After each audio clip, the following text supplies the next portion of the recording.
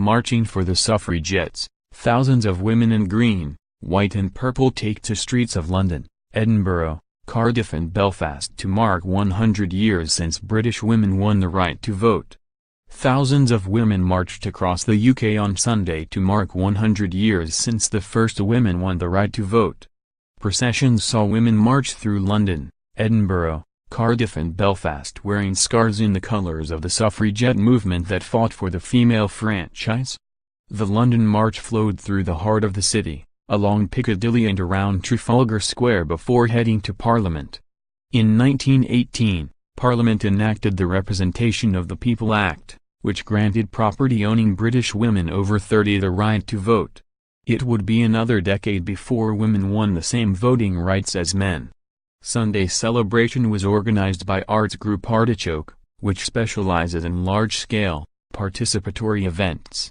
The group asked 100 artists to work with women's groups around the country on banners inspired by the bold designs of the suffragettes, who led a decades-long campaign of protest and civil disobedience to get votes for women. The London March featured banners from Brownie Packs and arts groups, an organization for female ex-prisoners, and the Worshipful Company of Upholders, an upholsterers' guild. Some participants dressed as Edwardian suffragettes or wore sashes in green, white or violet. One woman had knitted a pendant with the suffragette slogan "Deeds Not Words." Another came with a banner evoking the modern-day women's movement. Nevertheless, she persisted. Women came from across England and even further afield to take part.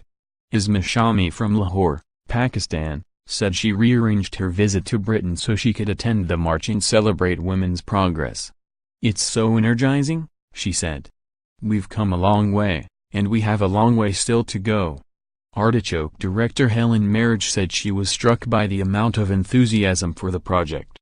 "A craft shop in London told us they'd run out of purple and green tassels, and they didn't know why," she said. Mother and daughter Claire Gillett and Chloe Whitaker, from Great Sailing in eastern England, wore green shawls and said they had recently discovered suffragettes among their ancestors. Gillett said she was super proud of her forebears, especially since she'd always believed women in our family aren't very outspoken or bold. "It was quite empowering," she said. The mood was celebratory, but Artichoke director Em's Marriage said the event aimed to draw attention to what remains to be done to achieve equality, from closing the gender pay gap to ending workplace sexual harassment. It also hoped to erase any notion of the suffragettes as prim campaigners from a more polite age. "They defied the law, went on hunger strike, broke windows and even set off bombs in pursuit of their goal," she said. "They were really extraordinary people," Em's Marriage said. 1,000 of them went to prison. They were force-fed in prison. In today's terms they would be described as terrorists. Votes for British women were won through a combination of the militant suffragettes and their more law-abiding sisters, the suffragists. A statue of suffragist leader Millicent Fawcett was recently erected in Parliament Square, the first on the site to commemorate a woman.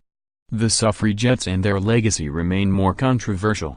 "They were really quite anarchic," said artist Quilla Constance, standing with a riotously colorful banner from the group Bedford Creative Arts. "They had to really fight. And we still have to fight. I think they're here today in spirit, and we're giving them high fives," she said. The fight for women's suffrage was led by women made famous by their daring stunts, law-breaking and non-violent forms of protest. Some 100 years since the Representation of the People Act passed on February 6, 1918, which allowed women over 30 with certain property qualifications to vote, here are some of the famous and lesser-known women who championed the cause. Emmeline Pankhurst, one of the best-known founding members of the Women's Social and Political Union, WSPU, she oversaw the group from its non-violent beginnings but later advocated for direct action as a tactic for gaining the vote. She was arrested several times and after being convicted of conspiracy to commit property damage, she used a common suffragist prison tactic, a hunger strike, to secure better conditions for her fellow suffragettes. When the First World War began,